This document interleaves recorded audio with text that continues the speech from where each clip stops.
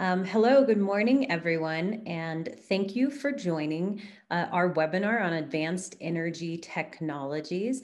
This is part of our continuing education and lecture series in energy law CLE programs that's hosted by SERPA and the School of Energy Resources.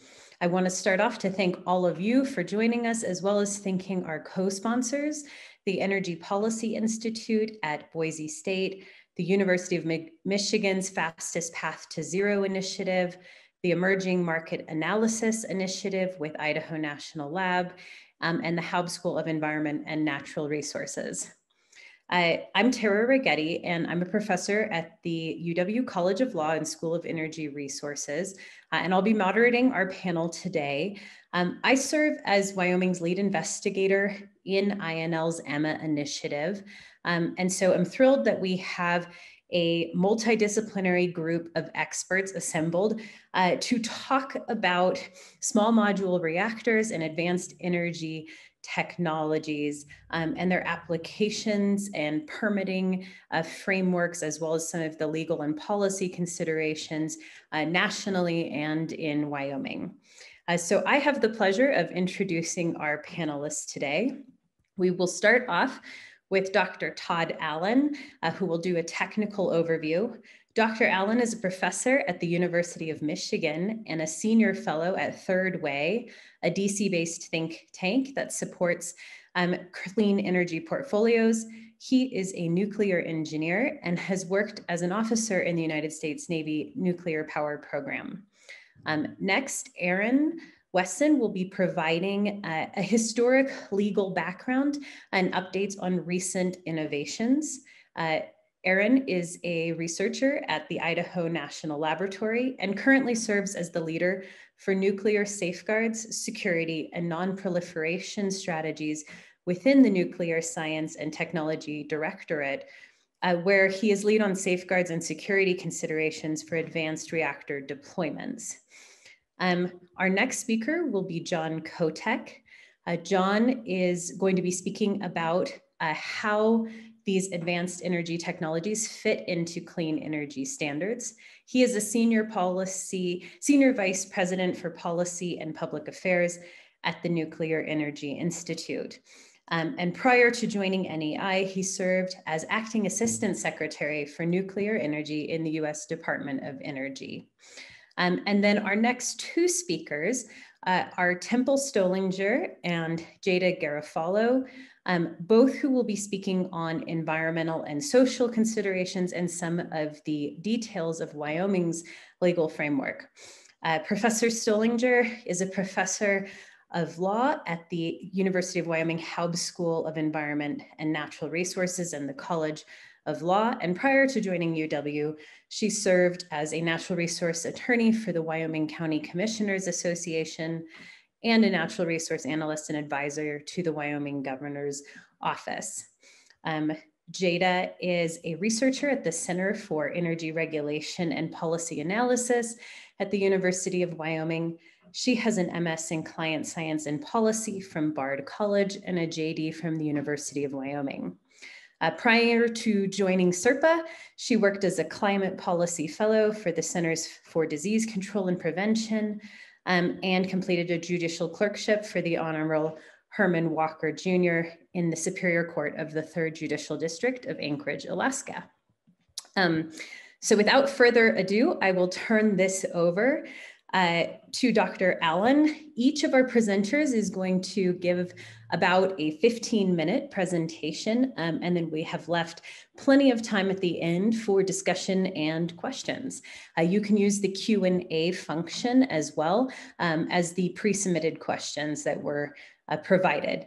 If there's questions we're not able to get to, we will take those and save those from the Q&A function and respond to them through a blog post on our website. Again, thanks for joining us. And Dr. Allen, the floor is yours.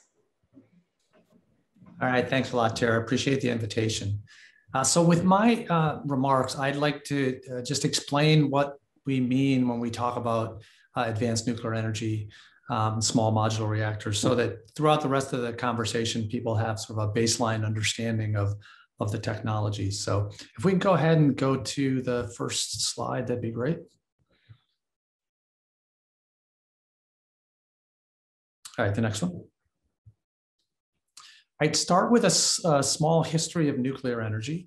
We've essentially deployed one commercial generation of nuclear energy technology. Started in earnest in the 1960s. The build time, and this was about 30 plants per year for about 3 decades, happened in the 70s, 80s, and 90s, at which point we plateaued off. This is slightly at its peak with slightly more than 100 reactors across the United States. It's about 20% of the electricity in the US comes from nuclear. That's a little over half of the zero carbon electricity in the US. So it's a significant part of the US's zero carbon portfolio.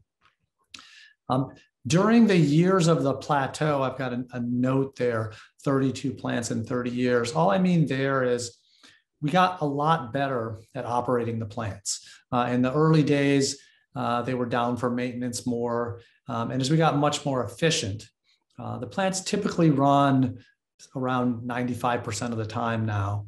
And so this adding of 32 plants in 30 years just meant that much zero carbon electricity from the existing plants. So we hit this plateau.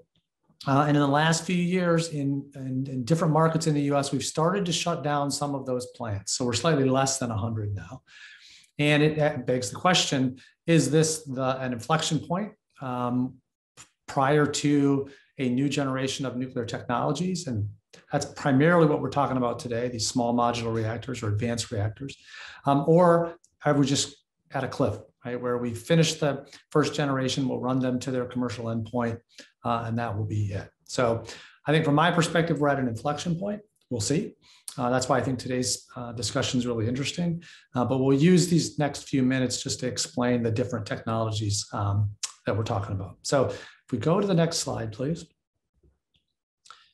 As I mentioned, the existing nuclear power plants tend to do one thing. They make electricity. They're very large, right? Imagine about 1 gigawatt. They just make electricity.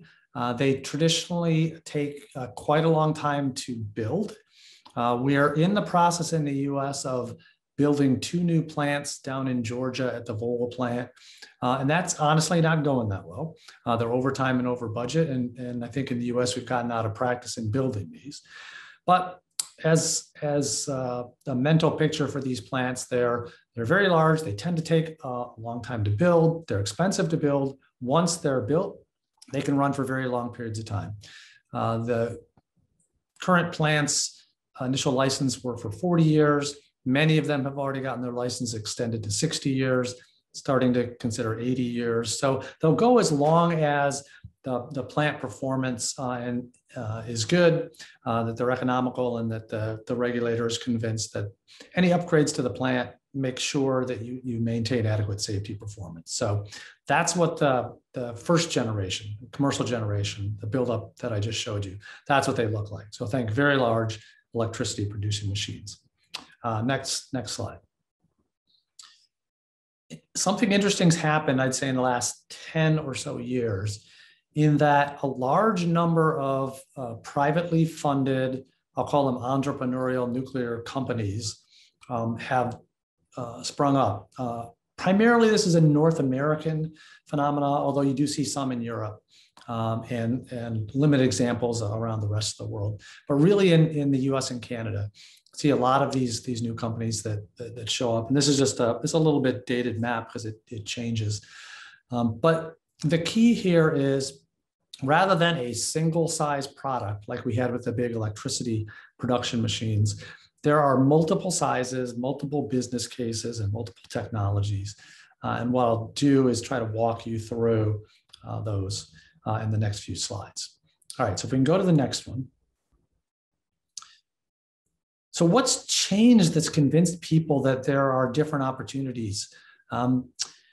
In the past, so when I was growing up, electricity was pretty simple. We made electricity at large central station power plants, and we sent that over transmission and distribution systems into people's houses, into people's businesses. In the past, I'd say 20 years or so, the system's gotten much more complicated, right? So we've added things like variable sources like solar and wind, which will come on and off the grid as they're available. They're great because they're clean and because the fuel is free. They're available when the weather permits. That has meant that the grid looks different. We need to figure out how to balance power that comes on and off the grid. And so we look at things like load following, demand response, where people are agreeing to have their power turned down at certain times. And there's also opportunities for different products beyond electricity. High temperature is used in a lot of industrial uses, think like aluminum smelting. And it's hard to get cheap, high temperature heat from solar and wind. If you want to decarbonize, we look for other options. So one of the things that people in the nuclear entrepreneurial space are looking for reactors that would provide industrial heat. They could be used for providing hydrogen if we move towards hydrogen as a clean energy carrier for transportation, for instance. Could be used for water, for chemical processes. So the complexity of the grid combined with the additional business opportunities for zero carbon energy, I think has opened this opportunity for these advanced reactors or small modular reactors that we're talking about today. All right, so that's the context. If we go to the next slide. I like to think of these in two separate groups, right? So small modular reactors, and I'll just to be clear, the terminology is not the same everywhere. The Canadians use the term small modular reactors, tending to cover all advanced reactors. In the US, we've tended to use it to mean modularized versions of light water reactors. Just so you know, you'll see the terminology used in different ways. I'm not going to try to take a fine point on differentiating that, but I'll just give you a sense of some of the things that people are thinking about. So this picture is a simplified cartoon of an idea put forward by NuScale. It's one of the first advanced reactor companies in terms of moving through the regulatory process. And the idea here is that instead of building one large plant that takes a long time to build, it takes you a while before you're actually making electricity, generating power, you would build it out in modules. So instead of having one large plant, you might have 12 modules that add up to the equivalent electricity of a large plant. The perceived advantages here are you build them in a factory, and therefore the learning by doing that happens in a factory can happen, and you'll drive the cost curves down as you build more of them.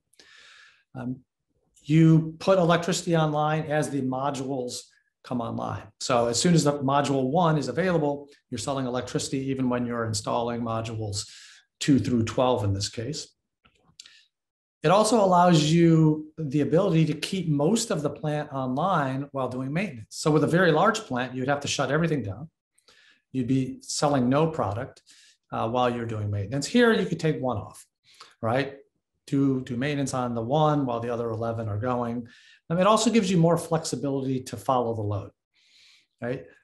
With a lot of these reactors, there are other changes in the system to make them a different business opportunity or a different safety case, for instance. So in this diagram, you see the construction is below grade. You see a bunch of the advanced reactors are looking at below grade construction that provides to an improved safety basis. So that's one fundamental idea behind these small modular reactors is modularity, right? And not using them or not building them as one single large plant. And there's perceived to be sort of business opportunities for driving down costs or being more efficient in your operation that's associated with building in modules. So that's sort of one category. If we go to the next slide. The second broad category I'll call microreactors. So these are much smaller. So think of about on the order of 1/100th to 1/1000th the size of a big plant. So on the order of maybe 20 megawatts or less. These are initially seen as potential replacements in remote application. So imagine a place like northern Canada or Alaska that might be off-grid. Doesn't have natural gas, relies on diesel. Price point's a little higher. You could come in and power, be able to get rid of the diesel by powering with a smaller reactor. For any of you that have had the opportunity to visit a nuclear reactor on a university campus, that's more typical of the size of a microreactor, right? So just much smaller in footprint. People imagine that these could then be put into application in various ways. Secure power for a defense base, for instance. Support for a microgrid that would allow you to be off-grid permanently or temporarily. Okay.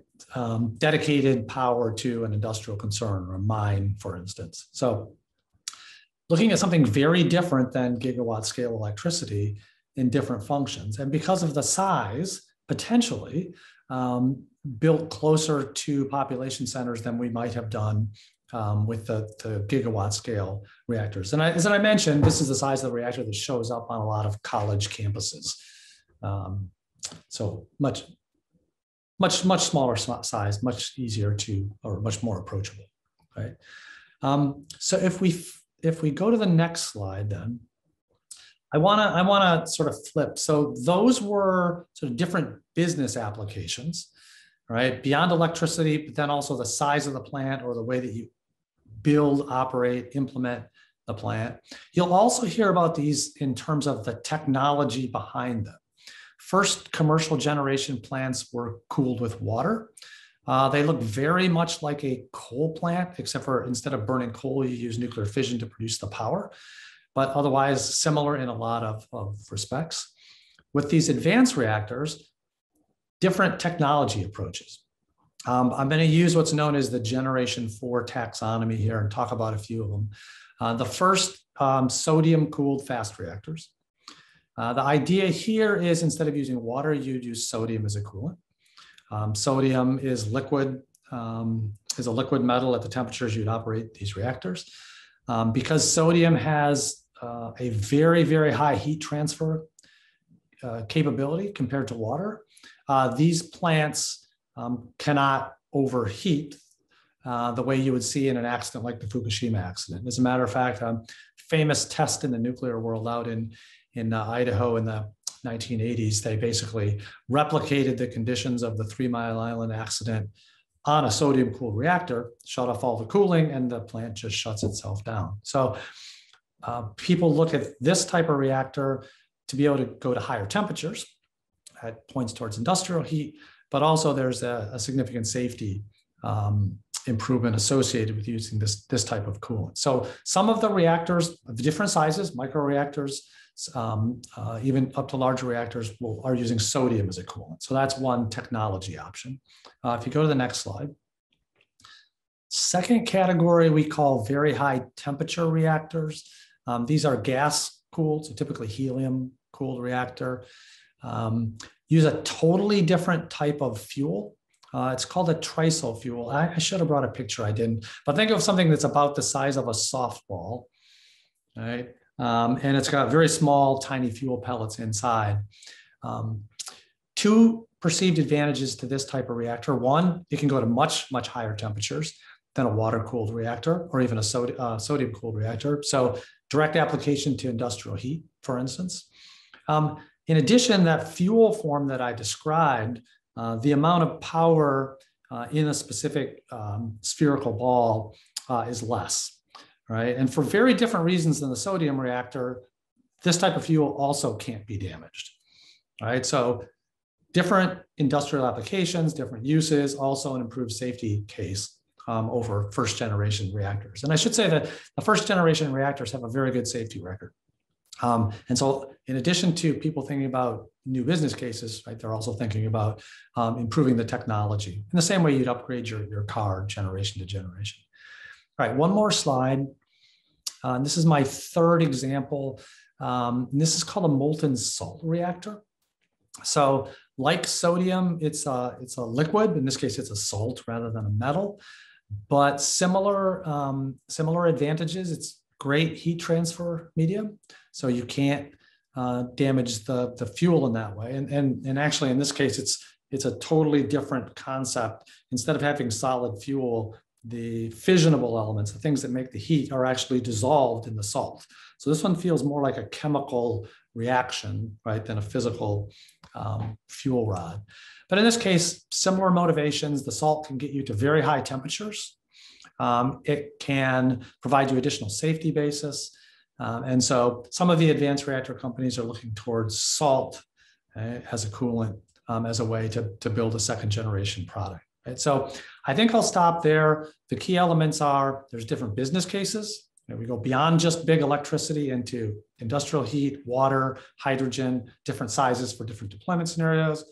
And then on the technology side, tend to have different technologies that have different potential advantages compared to what we could do with first generation water reactors. So I think people see the future as, in some cases, China and India, big electricity growth, they may still build big first generation size reactors, but there's lots of opportunity for advanced reactors. And that's what we'll focus today's conversation on. So I'll stop there and I'll turn it over to Aaron, I believe.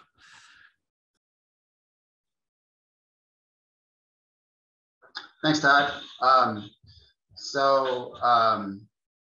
just going to give a quick sort of academic overview of the history of the rapidly growing field of nuclear physics and nuclear science, to then how the government has attempted to respond to that and regulate this technology and material, just so that way everyone kind of has a baseline for the context where we're in now. Because I think that if you were to just sort of jump in there right now and ask, well, how does the government regulate all those technologies, those different classes of technology that Todd was just talking about, you might be a little bit disappointed to find that the regulatory approach is not as finely tuned as maybe you would hope. Okay, I'm going to give just a really sort of rapid overview initially. So in 1938 is when fission was discovered. So, this is the first time that nuclear physicists realized that bombardment of the nucleus with a certain type of radiation would actually break it apart and yield a lot of energy. And that was a very remarkable thing. Then just going 4 years later, 1942 is when the first actual reactor was proven. And this was like not a reactor like you imagine, like some large power plant, but just sort of a stack of bricks that yielded something like half a watt. And by the way, any other panelists can feel free to jump in if they want to add a little point there, because I'm just, like I said, just kind of skimming over very quickly. So, but from 1938 to 1942, you already have going from the understanding that the nucleus can be broken apart from a certain type of incident radiation to all of a sudden now you've actually demonstrated a reactor that fission can be sustained, meaning that the subsequent neutrons that are released from fission are then perpetuating this reaction. So you have this chain reaction that's proven. Then just going 3 years later to 1945, the United States tested its first nuclear weapon. And again, I mean, this is just such a fast, rapid growing area of science. The idea that you could go from 1938 to just understanding that fission is possible to then demonstrating a nuclear weapon. And that's actually the first one that was demonstrated was the precise design that was used in the Nagasaki nuclear weapon. I mean, this is just a very, very rapidly growing area of technology. So you can imagine how the government at the time during World War II was then trying to understand how they were going to sort of regulate and control this type of science and potential technology. So through that process too, many of the physicists realized, this could be also used for civilian use, for peaceful uses, for, obviously for energy production. So after World War II, the Atomic Energy Act 1946 was enacted, and that created something called the Atomic Energy Commission. And this was a sole government body that essentially controlled all aspects of nuclear technology. At the time, though, the government prohibited any private use or ownership of nuclear energy or material. So this wasn't even something open to the private sector whatsoever. The 1946 Act also created the Joint Committee on Atomic Energy. That's also sort of remarkable. So in the executive branch, you had a single entity that controlled all aspects of nuclear energy and nuclear weapons. And then in the Congress, you had one single joint committee, bicameral, that had oversight of this thing. And that I'll get to why that's kind of more significant later, because now, it's a much different scenario. Okay, So then just skipping ahead to 1954, the Atomic Energy Act 1954 was passed. And that's now really the main statute for legal authority here. And that remains to be. It's been amended several times, but that's the fundamental authority, even from the Regulatory Commission, comes from the Atomic Energy Act 1954. So in 1954, the Congress conveyed the authority for the Atomic Energy Commission to develop, promote, and regulate the private use of nuclear energy. So the government was really, beginning to understand that they wanted to see a private sector grow this technology that had, immense value to society and, for the federal interest. Also, that act maintained exclusive federal government authority to regulate the safety of nuclear energy. So if you were really kind of having an academic conversation, you could parse through all of the aspects for today of how a nuclear power plant or a nuclear technology is regulated. You could say, well, some things that are relevant to safety can be regulated by the states, but really fundamental questions of nuclear safety are reserved for the federal government. And that, I'll get to in a minute, lies with the Nuclear Regulatory Commission. Let's see. So now going 20 years later, it's 1974, the government realized that they didn't like this idea of having a single entity that both promoted the development of nuclear energy, but also regulated it.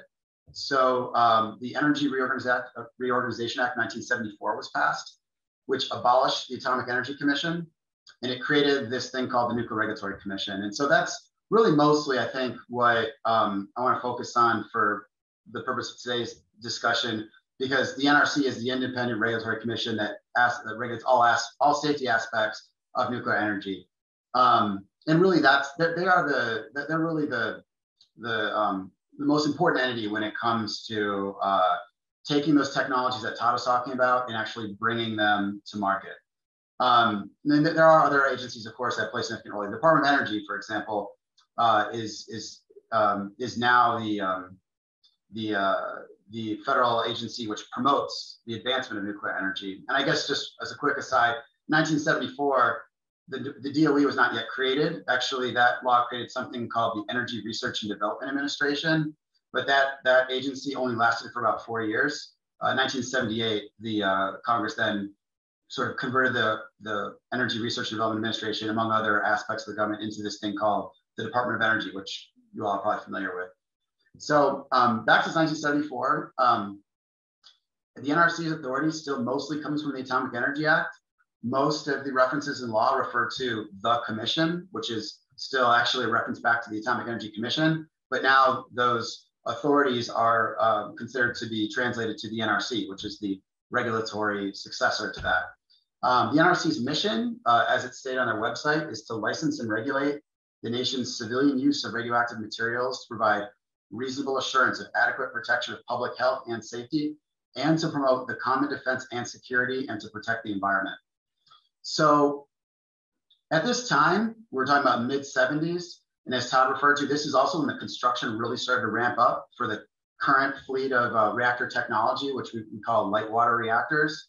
That just means they use ordinary water with the ordinary isotope of hydrogen to both moderate the neutrons, slowing them down, and also cool the reactor. So we have, I think, I don't know the exact number, over 90 power plants in operation currently, and pretty much all of them were constructed, almost all of them, in the 70s, 80s, and 90s. It might be probably a couple from the 60s.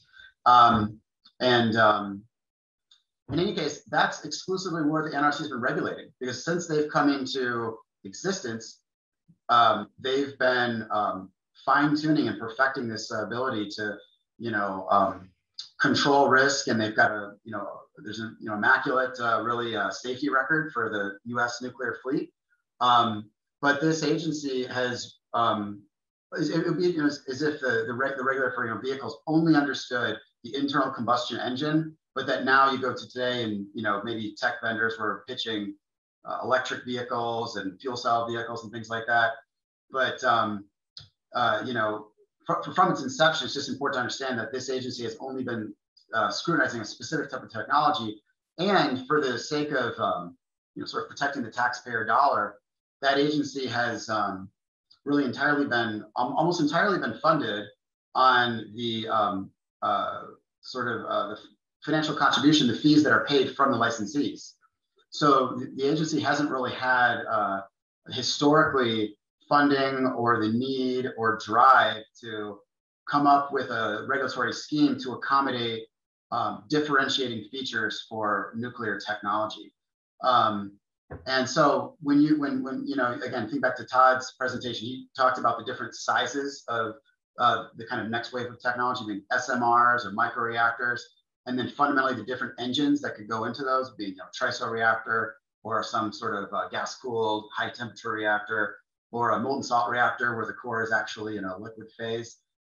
Those all offer, you know, great attributes, whether it's increased safety, increased economics, or some sort of other economic advantage for flexibility. But those attributes have never been scrutinized or brought through a regulatory process to take something like that to the commercial market. So now jumping forward to 2005, the Congress enacted something called the Energy Policy Act 2005. This was at a point where federal government really wanted to see a next wave of nuclear reactors and technology. They put quite a few incentives there, production tax credits, loan guarantees and things like that. But as we also know, a little after 2005, we really had the shale gas boom where you know, the price of gas just dramatically decreased. And obviously that's where the market went. So now it's kind of interesting, you know, in the past couple of years, maybe 10 years or, you know, something like that, you've seen this emergence of the tech sector saying, hey, we think we can use nuclear technology in a smarter way. We can make money. They think they can compete in the market regardless of low gas prices or, or the emergence of renewables or whatever. And so you've also seen the government has kind of reacted to that too, to say, okay, well, they want to see this tech sector get to the market. But you know, like I was trying to show from the beginning, historically, there's always been such a close relationship with the government that the government has controlled and regulated every aspect of nuclear energy, that this has never been a technology that has been sort of something that can get to market quickly. Now, when I talked about the inception of it, you know, you went from discovering fission to building a first reactor in 3 years. But since then, that's just not the case. I mean, with the increased understanding of the science, more information, everything else, you know, for good reason, the government is more risk averse to say, hey, no, we're not going to go at that breakneck pace that we used to go at. You know, and obviously the context of World War II really made that a different scenario. So now you're seeing some sort of attempt to balance these kind of competing interests of the government wanting to see innovative technology get to market, but the fact that you do have to get data and really scrutinize and verify these technologies to such a fine degree that delays the timeline. Meaning, for most technologies, if you talk to the venture capital sector, they'll say they have a short time window for what they're willing to tolerate to put money in and then see a return on investment. And so just in the past couple of years, 2018, the Congress enacted something called the Nuclear Energy Innovation Capabilities Act that, for purpose of this discussion, created something called the National Reactor Innovation Center, which is meant to fast track a lot of these innovative technologies outside of the NRC parameters, but through the Department of Energy's authority to prove prototypes. So non-commercial reactors, but proving a technology. Because maybe, as I mentioned before, or should have expanded on further, unlike most technologies, you can't just experiment on this in your own lab without getting a license and permission from the government. Meaning, some of the parts that cannot take possession of uranium or plutonium or thorium fuel or whatever and start to perfect a reactor without first getting a license to do that. And that's actually a quite expensive and cumbersome thing, even just for building an experimental reactor. In fact, to my knowledge, no private entity has ever sought or obtained a license to build a prototype from the Nuclear Regulatory Commission.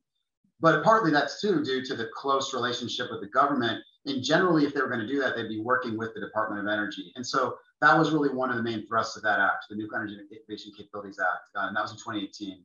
Then in 2019, I think it was just barely 2019, like maybe the first couple of days of January, the president signed the Nuclear Energy Innovation Modernization Act.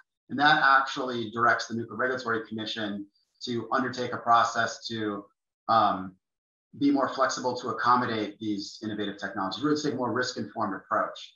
And then recently in 2020, I think it was end of 2020, as an amendment, the Nuclear Energy Leadership Act, or most of that act, became law. And that codified the need for these 2 demonstration efforts, among other things. And currently, the federal government, through the Department of Energy, actually is funding 2 demonstration projects to prove some of these new technologies. One is a variation of a sodium cooled fast reactor, and the other is a TRISO fueled reactor. And so, getting back to the sort of regulatory approach, the NRC has really quickly, I think, changed. In its history of operating now for almost 50 years, it's really moved quickly in the past maybe 5-6 years to try to accommodate these new technologies. But I just wanted to provide some context to show that, that the reason why that would take such a long time to do is because for the bulk of its existence, it has always been regulating a single technology, really, which it inherited. And it has never had an incentive or drive or direction from the Congress or to do anything differently until recently. So now where you're at is you kind of see quite a few of these startup tech companies and maybe mid-sized companies pursuing really creative takes on nuclear energy that could mitigate most concerns, maybe all concerns that someone might have. When someone asks, well, how are you going to handle the waste? How is it going to compete with the cost of gas? How will it compete with renewables, et cetera? Many of these vendors, have tech proposals that would, would mitigate those concerns. And really the question is, can they sort of sustain the funding they need to get through the process to ultimately get to the market? And obviously a lot of that has to do with, well, will the government allow them to do it? Can they get that license? And I would say I'm pretty optimistic. I think actually things are kind of improving pretty rapidly. Maybe others might have different opinions. But that was just kind of what I wanted to sort of lay that base case. And then I'm happy to answer any kind of questions later. And I guess at this point, I guess I'll turn it over to the next panelist, which I think is John. You bet. Thanks, Aaron. And so I'll step through a few slides. Some of the things I was going to talk about have been covered, so I can skip over those quickly. But on the next slide, just to round the picture out of existing nuclear in the United States, you'll see 93 reactors, as was mentioned earlier, producing about 20% of US electricity, as you'll see, concentrated on the East Coast and in the Midwest. Next slide, Todd made this point about 20% of US electricity, about half of carbon-free generation in the US comes from nuclear. On the next slide, you'll see that many of the companies that provide power across the United States have made commitments to decarbonize already, in the 80 to 100% range by 2050 or sooner. What we've done here is to stack up all those pledges by the companies listed on the right. Of course, President Biden wants to go faster than that. He wants to go all the way to zero, which is going to present some particular both challenges and opportunities. On the next slide, you'll see that as energy policy analysts, system analysts, and folks in the climate community started looking at what it was going to take to deeply decarbonize our energy sector, they started looking at the roles that different classes of technologies play. This is a very influential study or chart from a study published in 2018, which looked at getting to a fully decarbonized electric system in the northern part of the US. And what they found was that if you try to rely just on what they call fuel saving resources, so think wind and solar where you don't have a fuel, coupled with what they call fast burst, which is short response, short duration storage. If you try to decarbonize the grid just using those technologies, it's going to be a lot more expensive to get all the way to zero than if you also include a significant share of what they refer to as firm low carbon. So think carbon-free generation that you can turn off and on. You're not dependent on weather conditions. in that, that can last longer than the short duration storage we have today. And what they found was that you can save anywhere from 10 to 62% system-wide as you drive to a completely decarbonized electricity system. That knowledge, that awareness takes us to the next slide where you'll see that a lot of the states that had pioneered the renewable portfolio standard approach. So, setting a certain requirement for the percentage of electricity supplied by things like wind and solar. States started to recognize that you're going to need to do more than that. You're going to need to start thinking about using all of the clean energy technologies we've got if you really want to get close to or to zero. And so you've seen states like Washington, California, New Mexico, and others move to a clean energy standard. And while the rules are different in each state, generally speaking, the move to clean energy standards has resulted or has included a move to a more technology inclusive approach. In particular, the state of Washington, their requirement to get to 100% carbon free by 2045 has led to a lot more discussion about the possibility of using nuclear energy in the state. And I'll touch on that a little bit later. So on the next slide, you'll see this awareness has gone beyond of the important role of firm clean generation has gone beyond state legislatures. It's starting to show up on Capitol Hill, for example. So I pulled a couple of quotes here from reports issued in the last year or so from key committees in both the House and the Senate on the climate crisis. And you'll see that reports issued by both of those committees, by the Democratic members or staff on those committees, recognize the important role that nuclear can play alongside wind, solar, and storage in getting to a carbon-free grid that's reliable and affordable. The next slide, you'll see that awareness is starting to show up in legislation. So, for example, you've probably heard talk of the possibility of moving to a clean energy standard. The administration's American Jobs Plan, for example, includes what they call an energy efficiency and clean energy standard. Here I pull a couple of highlights from a nuclear perspective from something called the Clean Future Act, which was issued by the House Energy and Commerce majority. It had set an initial goal of decarbonizing the grid by 2050 in the version that was issued in the last Congress. The version that has been introduced this Congress actually moves those goalposts forward. They call for 2050 decarbonization of the entire energy economy and decarbonizing the grid completely by 2035 with an interim goal of 80% by the year 2030, to match up with the proposals coming out of the administration. In their clean energy standard, they have a zero emission credit program that specifically includes nuclear. So it's one of these technology inclusive approaches that we think are important. It does some other things that I won't get into here that will also contribute to getting to a decarbonized energy system. I will point out this last bullet, they do have extensive worker and community transition programs. There's a growing recognition that as we move to a decarbonized energy system, there are going to be workers, there are going to be communities that are at risk of being left behind, being significantly impacted by this transition. So there's an awareness in that bill, and they try to put some provisions in place that would help address those considerations. I'll get into that a little bit more later. I will say that the 2035 date in here, the utilities that are seeking to decarbonize are finding that that's going to be really challenging. It's going to take a lot of support from the federal government in terms of technology innovation, incentives, and other provisions to get there. And you really do need to ensure that anything like a clean energy standard here is coupled with significant investments in innovation, as well as tax provisions, some of the types of things that Todd talked about earlier.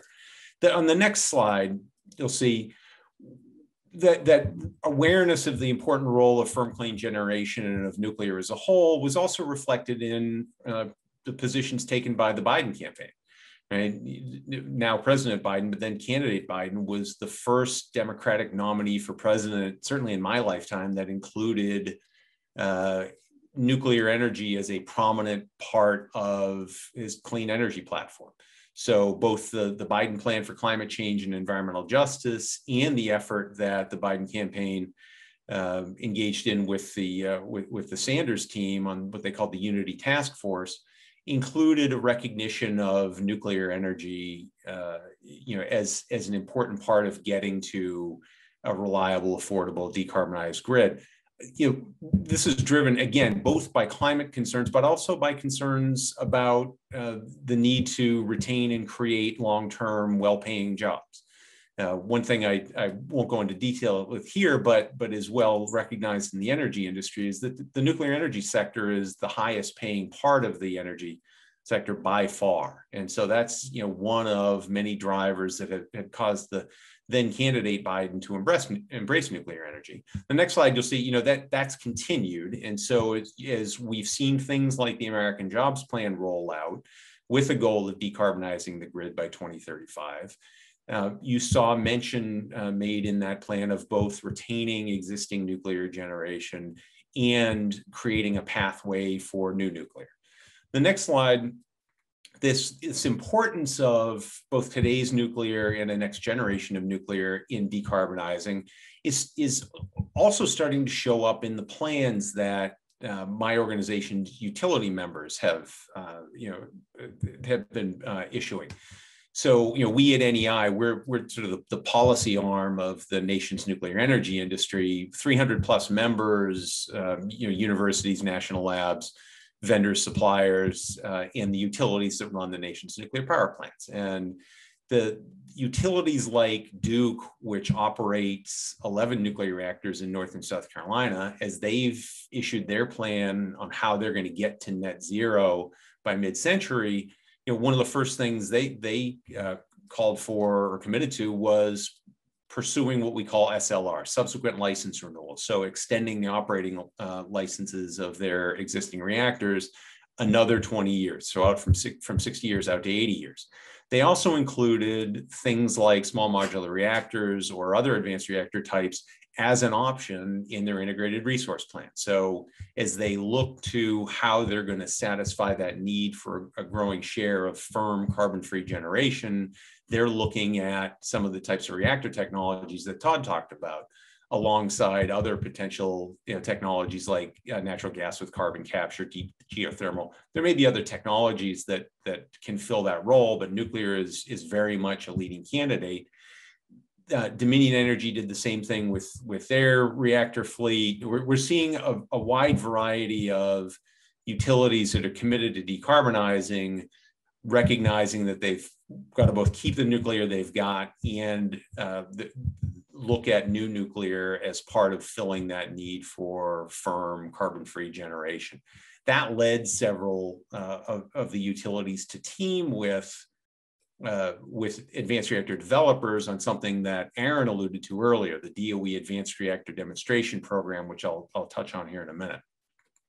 On the next slide, just to underscore what the utilities have found is, as they've gone beyond the types of academic studies I talked about earlier and looked at their specific grids or their parts of the country, utilities have found that there is in fact a strong case to be made for new nuclear, even if it might be more expensive than, say, new wind or solar on a life cycle cost of electricity basis, because of the value that nuclear delivers. So you're recognizing this issue of cost versus value and the extra value that nuclear delivers by being available 24/7 and by helping avoid the need to build, for example, very long distance transmission lines, distant, wind farms, for example, that are very distant from the load that they're going to serve.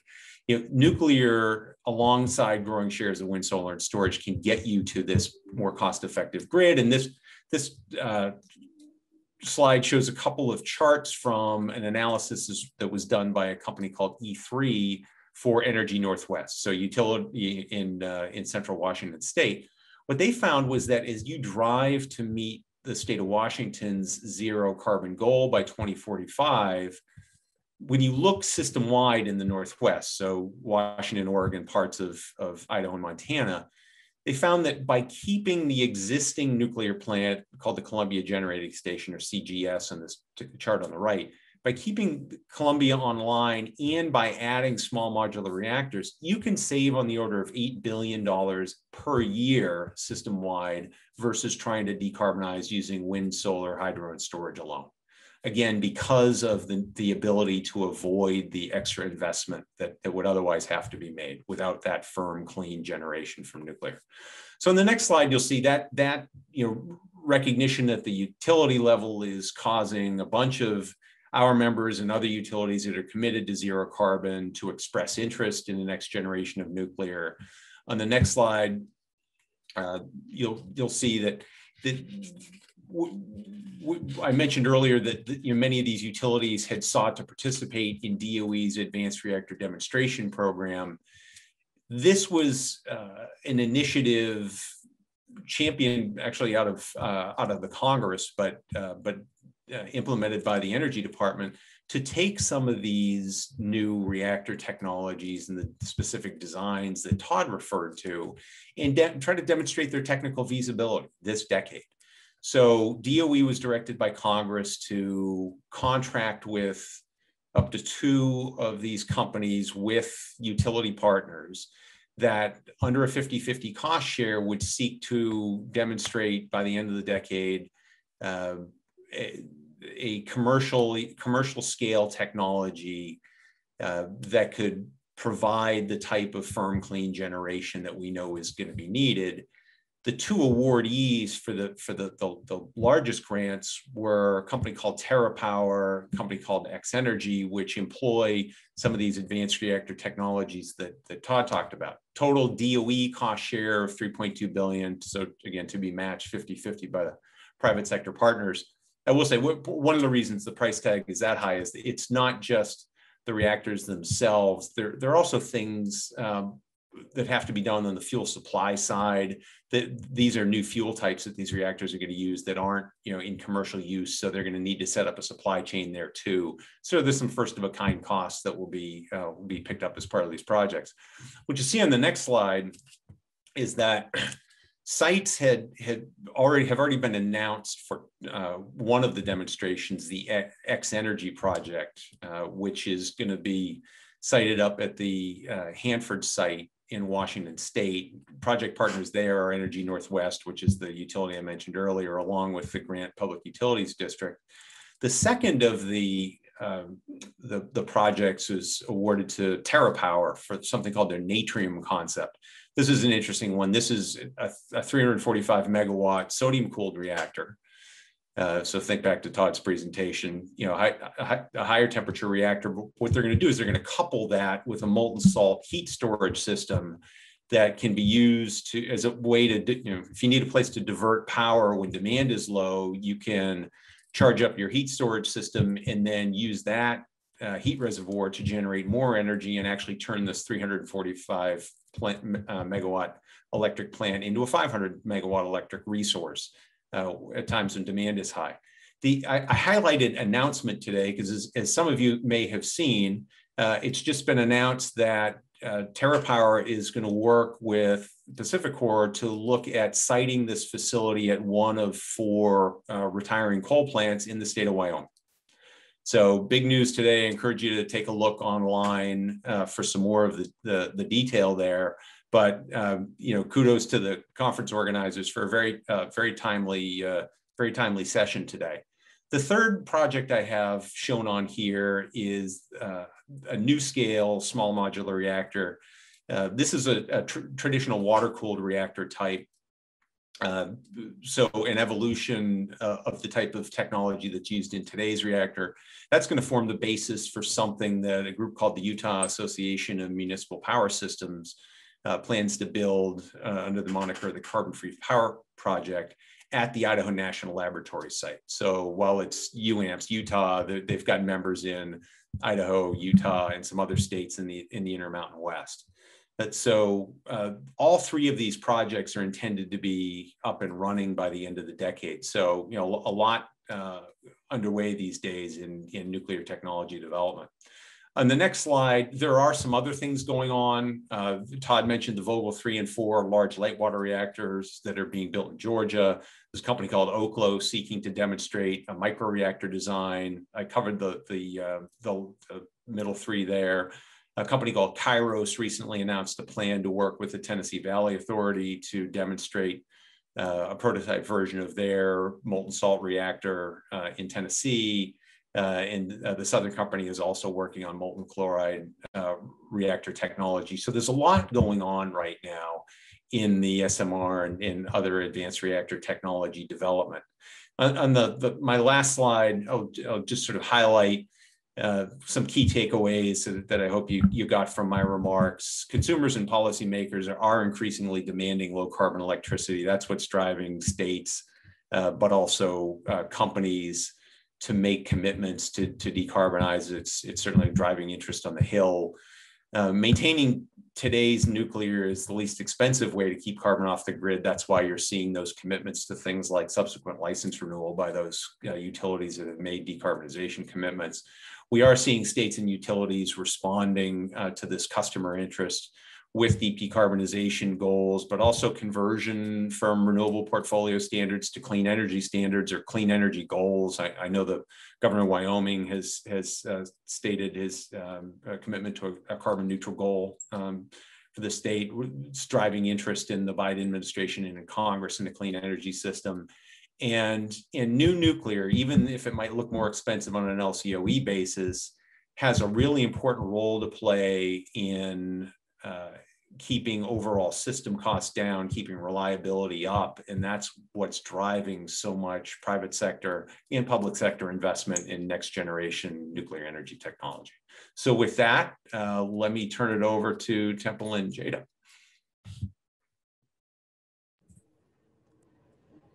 Thank you, John. So I want to begin by also noting that this is a little bit more of an academic overview. Under the EMMA project that Tara Righetti noted, the University of Wyoming is assessing the legal and social license to operate factors in a few states involved in the project. So I'll be talking about Wyoming's legal license to operate, and Temple will be talking about the social license to operate in Wyoming. Next slide, please. And next slide. Perfect. So the division of authority between NRC and the states is addressed in Title 42 of the United States Code, Section 2021.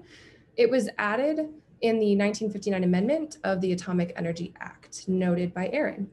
This section provides a statutory basis under which the NRC may relinquish to a state, through an agreement with the governor, a portion of its regulatory authority, and it's to license and regulate 1, byproducts, 2, sources, and 3, certain quantities of special nuclear materials.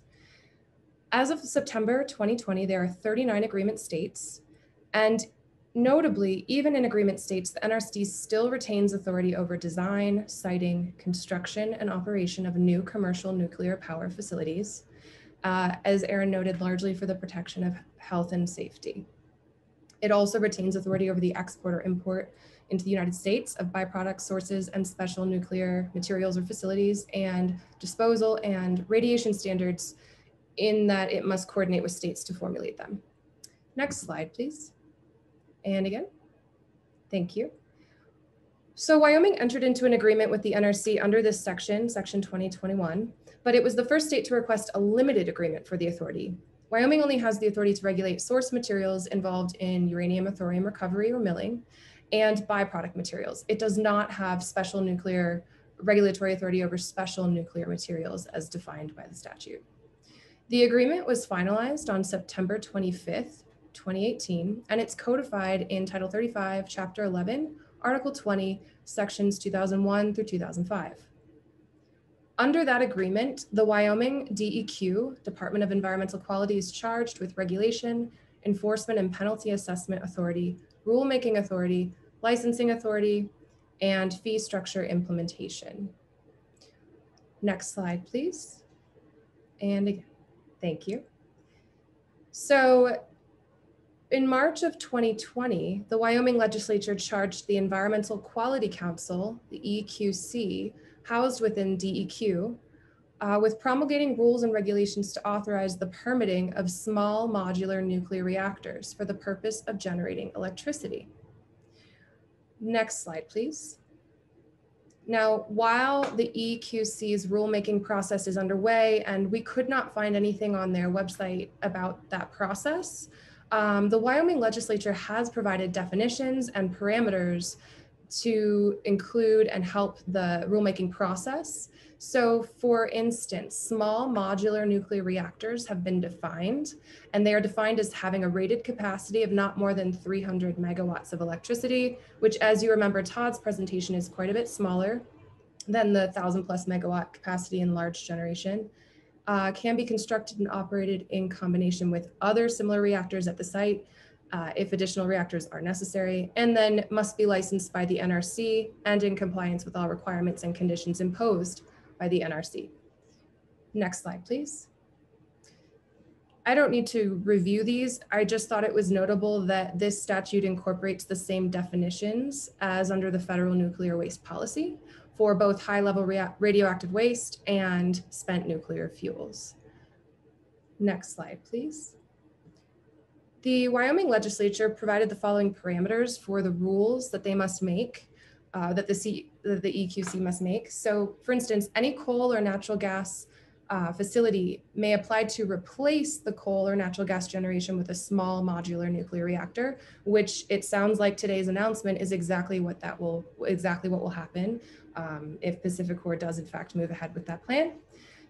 SMR combined rated capacity also must not be greater than the current rated capacity at the plant that's retiring. The SMR must be located at the same site, but more than one SMR can be used at that site. The SMR must obtain a license to construct or operate from the NRC prior to the issuance of a permit from the state.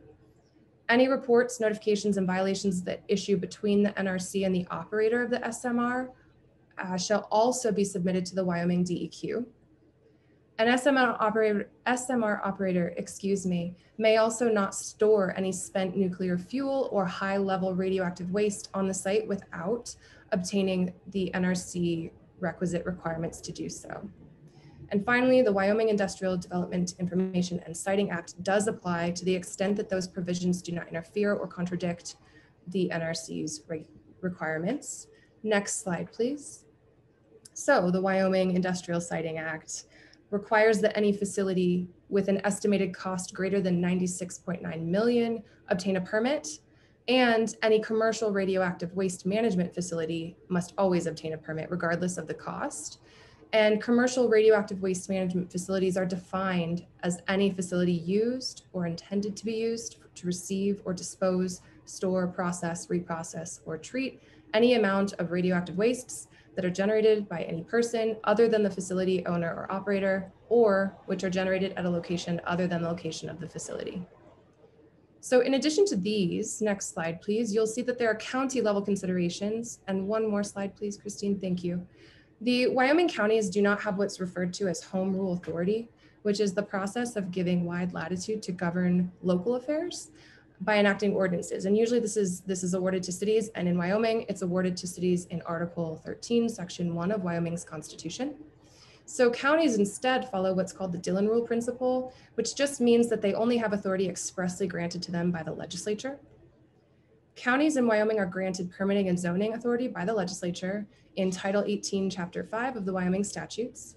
And so any small modular reactor project will need to check local county zoning and permitting requirements. Those might include relevant road use authorizations, permitting for construction or modifying structures, conditional use and special use permits, or zoning for new structures and ancillary facilities, but there may also be others. Next slide, please. So these are by no means an exclusive list or an exhaustive list, excuse me, of environmental regulations that may be implicated by an SMR project in Wyoming, but I'll just go over a few things that may come up. So the National Environmental Policy Act, NEPA, mandates that all federal agencies include an environmental impact statement for any major federal action that significantly affects the quality of the human environment. So any project done that's nuclear will trigger NEPA because all of the nuclear facilities are permitted to operate and site and construct by the NRC, which is a federal entity.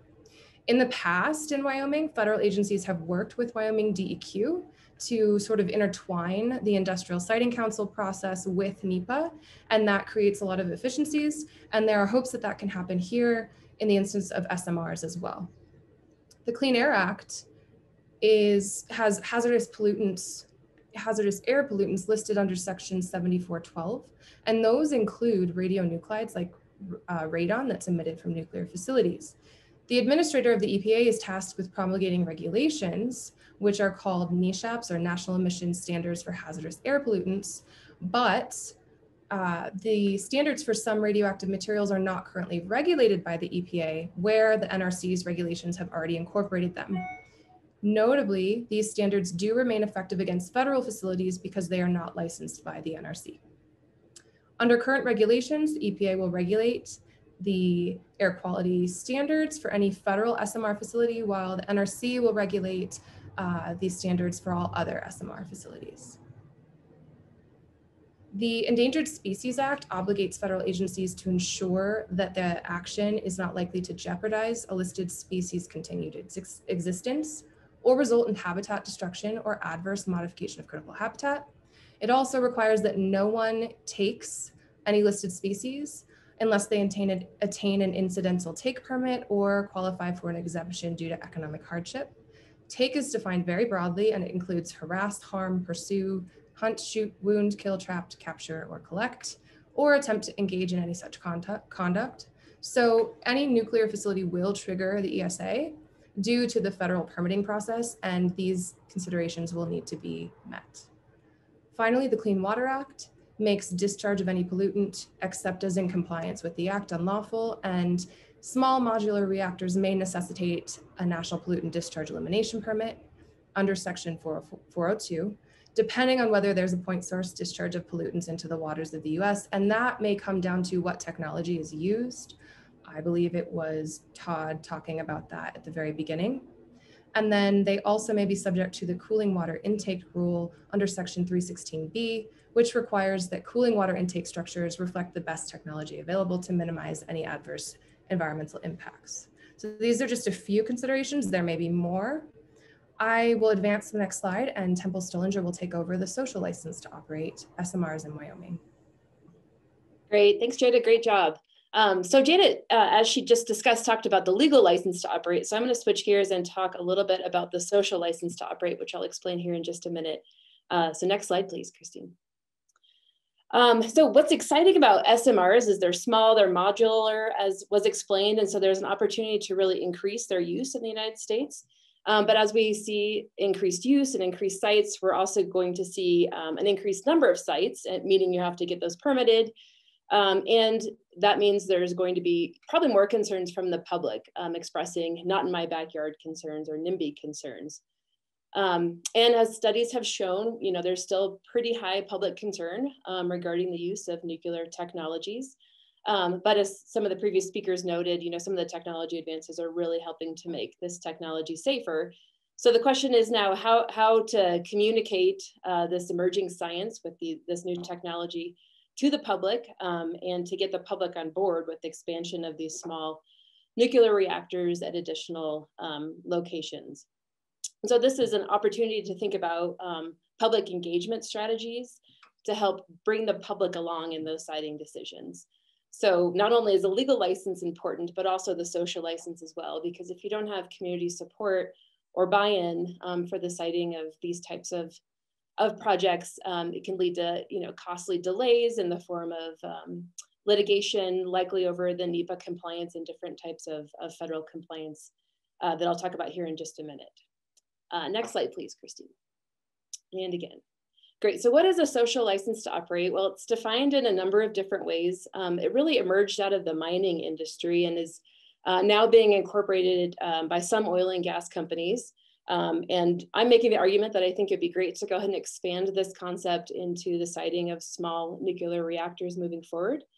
And basically what it is it's the community's acceptance of a company's operations, including a mutual understanding of the demands and expectations for a business enterprise that emerge from neighborhoods, environmental groups, community members, and other elements of the surrounding community. So it's a voluntary thing, it's informal. It's not like there's a form of paper that says, here's your social license to operate.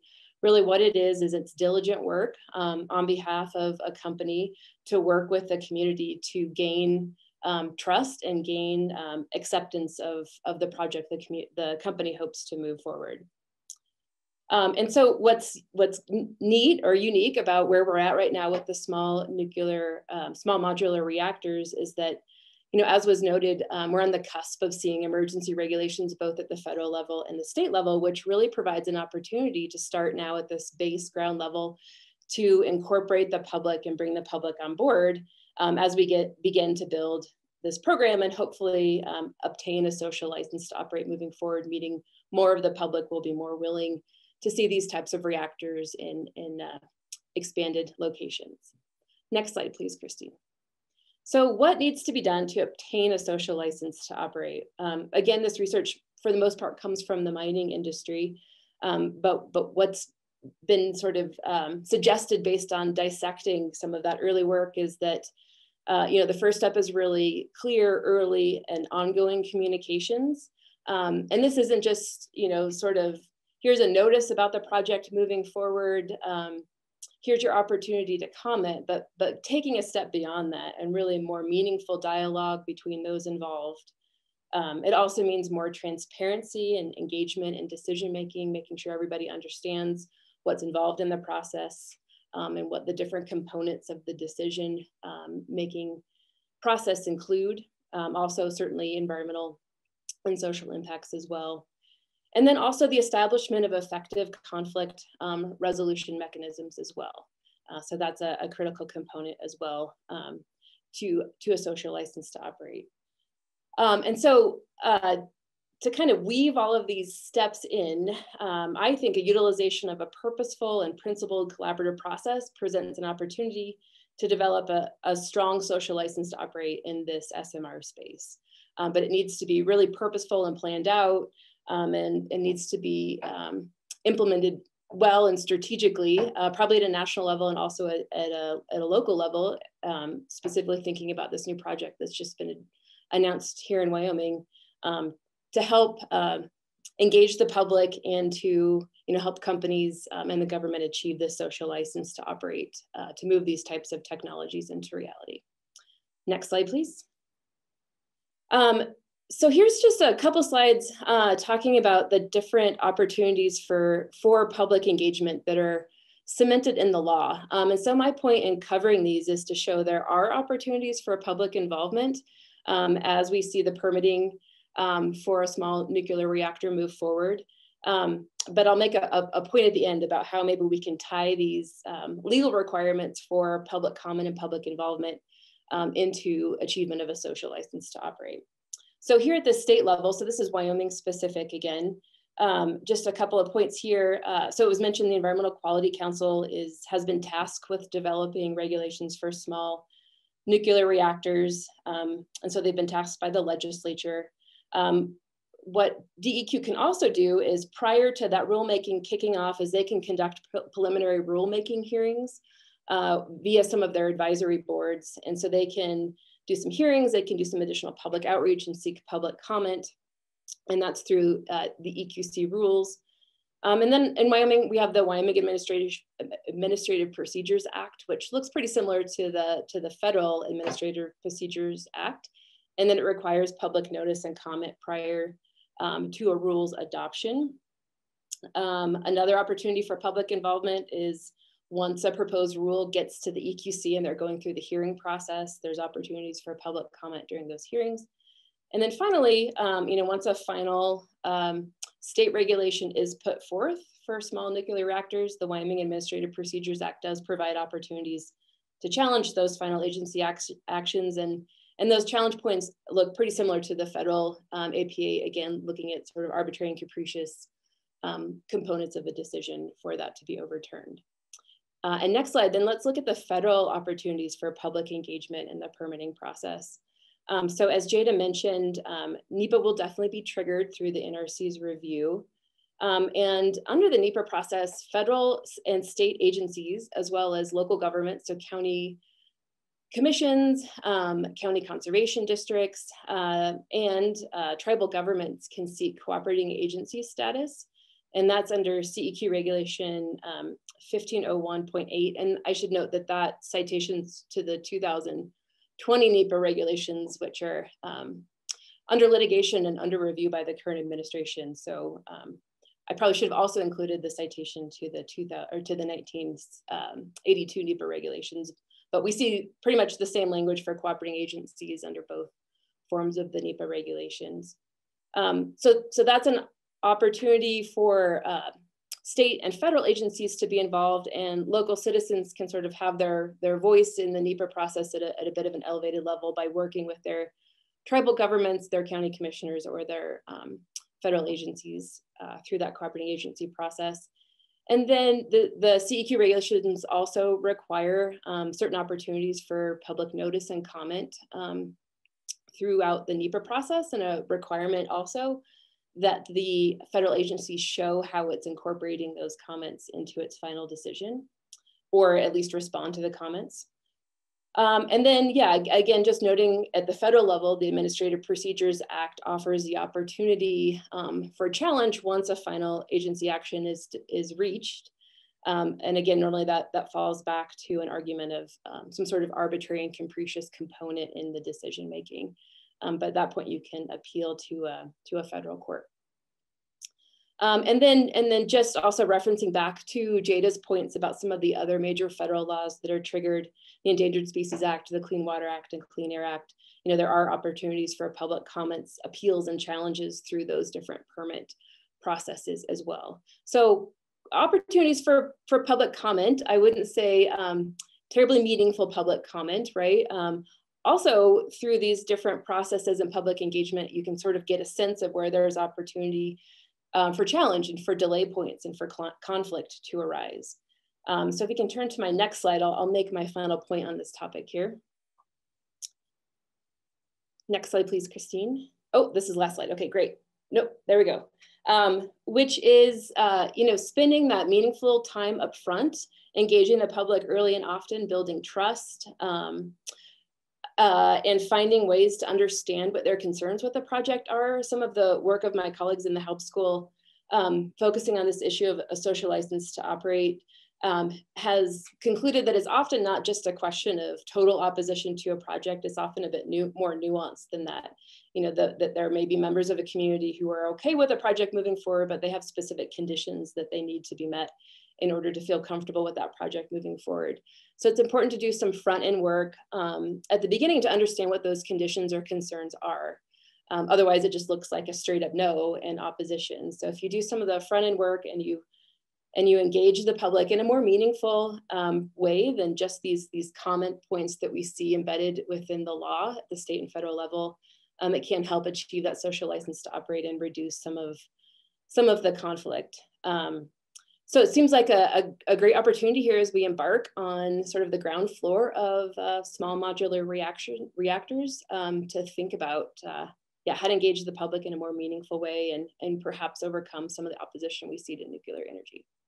So with that, I will conclude my remarks, and I think we'll open it up for some public questions.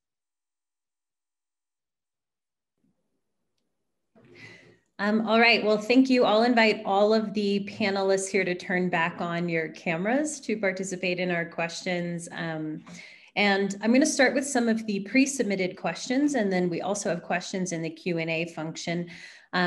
Some of the pre-submitted questions were already answered in the course of the presentation. If you submitted those and you have additional sort of follow-up, please feel free to send those to us or to any of the panelists. Erin, I'm hoping I can start with you because we've had a number of questions, both within the pre-submitted questions and the chat here about waste. And although that's not necessarily part of the generation process itself, it is sort of inextricable from the overall policy and law regarding use of nuclear energy. Could you address sort of the volumes of waste that are produced by these technologies, as well as the way that they will be handled and how that risk is being addressed?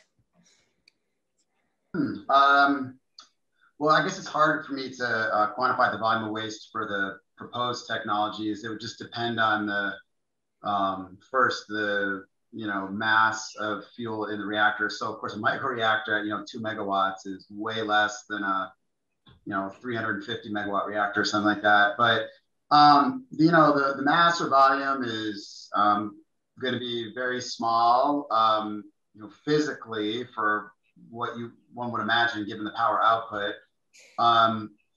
Maybe, I don't know if John or anyone else has this stat, but I've heard reference like the total waste of all commercial reactor. Do you have it, John? Yeah, I can jump in on that. And the information I've got is more associated with today's reactors than with some of the technologies we're talking about here. And the points Aaron makes are right regarding, it's going to depend some on the technology you use, but in general, you get a known amount of energy out of every uranium atom you split, and so the waste volumes are roughly going to be in this range. So big picture, if you look at all of the spent nuclear fuel that's been generated over the 50 plus years of commercial reactor use we've engaged in the United States, if you stacked all that up on a football field, it'd be a little over 20 feet high, I think. So it's a very small amount of material. If you got all your lifetime of electricity from nuclear power, the waste would fit in a soda can. It's just to give you a sense of the volume. Just by comparison, from a carbon and climate perspective, every fuel assembly that goes into a typical reactor in the United States weighs about a half a ton. Each one of those will generate enough electricity to avoid the emission of about 100,000 tons of carbon. Okay, so it's a huge benefit from a carbon reduction standpoint. In terms of what you do with it, I mean, the fact is we do not have a solution at the back end of the fuel cycle yet. We have started on a program. I was responsible for it for 2 years, the end of the Obama administration. And we tried to restart a program after the program reached an impasse when the Obama administration declared that the Yucca Mountain site in Nevada, which was chosen by Congress as the only site to be evaluated for a final repository for fuel, when they decided that was unworkable in the face of opposition from the state. For the past 10 years, the program's been in an impasse. Other nations have figured this out. Finland is constructing their repository now. Sweden, France, Canada have either identified sites or they're very close to. So we know how to move forward technically and store this material safely for the long term. In the meantime, what we do at reactors is we store it for the long term in dry containers that are made out of steel and concrete. We've been doing it safely for decades. They're robust. They're from a technical standpoint, easy to manage, but we do need to get that program underway and on track to developing an integrated waste management system for spent fuel in the US. The Biden administration has declared their intent to get that program started again, which is very heartening for us and something we'll all be working on. Thanks. I think another theme that I've seen here are questions about the availability and time to development, as well as cost competitiveness. And that spans most of your presentations, including what does the timeline look like for social engagement, for local, state, and federal environmental reviews, and permitting. And then once you reach that time to construction or commencement of construction, how long should we be looking at for these new technologies before you're actually introducing new energy into the system? Aaron, you want to touch on the licensing durations first? Sure. I mean, again, for the new technologies, we don't have a historic precedent to say it took 3 years to license a microreactor. Generally, I would say the smaller the reactor, the faster, just because construction, or maybe not even construction, manufacturing should be immensely quicker. Todd mentioned at the beginning of his presentation that the reactors in Georgia, which are 1.15 gigawatts, right? So 1,150 megawatts capacity. Those are taking a long time to build. I've been there. This is a massive mega project. If you're looking at, for example, it's pretty exciting to see the news about the proposed, or wherever the status is, of the TerraPower reactor in Wyoming. So that one I see there's described about 350 megawatts. That's way smaller, right? I mean, a lot of that I'm sure will be manufactured and offsite and just sort of assembled. I don't know precisely what their construction plan would be. So I guess, like I was kind of trying to get it before, a lot of these they're newer technologies that have new attributes that the law has not yet been in a position to accommodate, or the regulators never been in a position to accommodate, to provide value to, or take into account these more controlled risks by the physics. So the safety basis for something like a sodium cooled fast reactor, for example, once they can validate with the regulator, okay, if this has no coolant, if there's no way to cool the reactor, the fuel temperature cannot exceed its sort of breaching point, so that there's no way for the release of radiation, despite any loss of coolant. That in itself, of course, would be an immense thing to overall validate the safety basis, but that has yet to actually go through that process. So, I'm a little bit nervous to throw out a time and say, oh yeah, well, an ordinary design cert takes X years and this is X minus Y. But I don't know, John, do you have some ideas or? Yeah, well, so for example, the projects that have been announced now as part of the Advanced Reactor Demonstration Project, they're supposed to be online by the end of this decade. Now there's licensing that has to go into that, to get approval prior to actually engaging in the construction process. So, these first projects are intended to be in the 7 to 9 year range. It should be faster after that, because then you'll have a licensed design that you can take to a site. If you've got a site where you're already operating nuclear power plants, for example, that can make things go faster, because you've already got your seismic and atmospheric and your other data that you need as part of your environmental review package. I should note that you don't need a tremendous number of nuclear reactors to make a really big dent in climate. So for example, the Energy Information Administration says there are about 10,000 power plants connected to the grid. Less than 1% of those are nuclear plants. They produce about 20% of our electricity. Even these smaller versions are going to be big generators. Just one of those reactors that Aaron talked about at the Vogtle site in Georgia will generate more electricity per year than every wind turbine in the state of Wyoming. All right, think about how many wind turbines you have in the state of Wyoming. That gives you the sense of scale. So for time, I would say construction risk and regulatory risk are both the two questions you can't answer unless you say, well, we've done it. And what we can say, at least for the newer technologies, including the 2 new demonstration projects that are funded by the DOE, is that they are both smaller projects. So the construction certainly, you can say, is going to be quicker than previous large construction projects.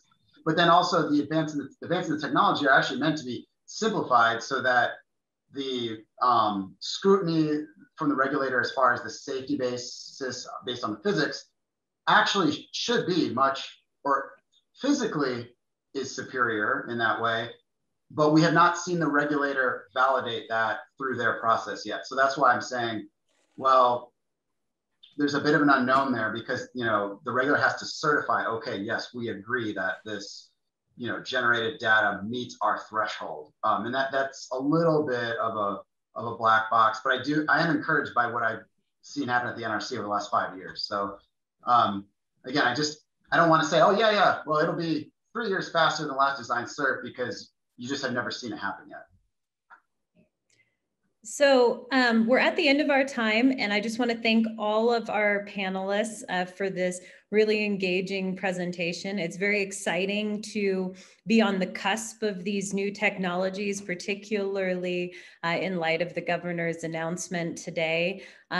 And I think one of the takeaways that I have from this is that as part of our decarbonization and net zero or net negative goals, that there's certainly a role to scale up these technologies into a growing share or a growing proportion of our energy share, and that there's been a lot of innovation recently to make that possible. And I think it sounds like we'll see a lot more happening on multiple fronts coming up soon with both state and federal support. So thank you to everyone for joining us, and especially our panelists. We will follow up with other questions that we weren't able to address today. Finally, we will have additional webinars coming up in the coming weeks, and encourage you to register for that. Registration is available now so that we can continue our conversation about clean energy standards and energy transition. Thank you again, and we'll see you soon.